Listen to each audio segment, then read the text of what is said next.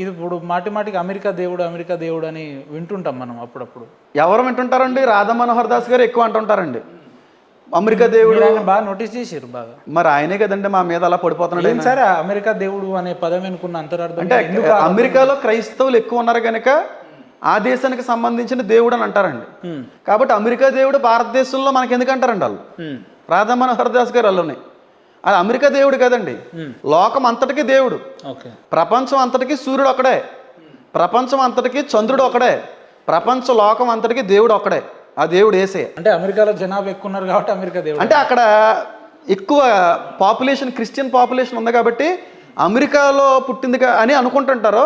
ఆ మతం మనకెందుకు అంటారు.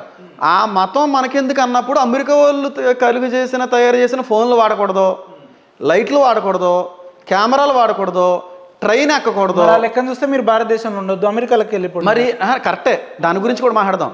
అమెరికా వాళ్ళు దేవుడు వద్దన్నప్పుడు అమెరికా వాళ్ళు జాబులు కావాలా, అమెరికాలో సంబంధాలు కావాలా, అమెరికాలో సెటిల్ అవ్వాలా, అమెరికా నుంచి ఫోన్లు కావాలా.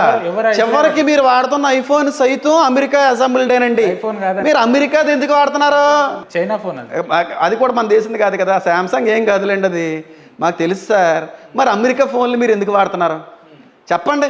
ఓకే, అమెరికా దేవుడు వద్దన్నప్పుడు అమెరికా వాళ్ళు ఏవి మనం వాడకూడదు.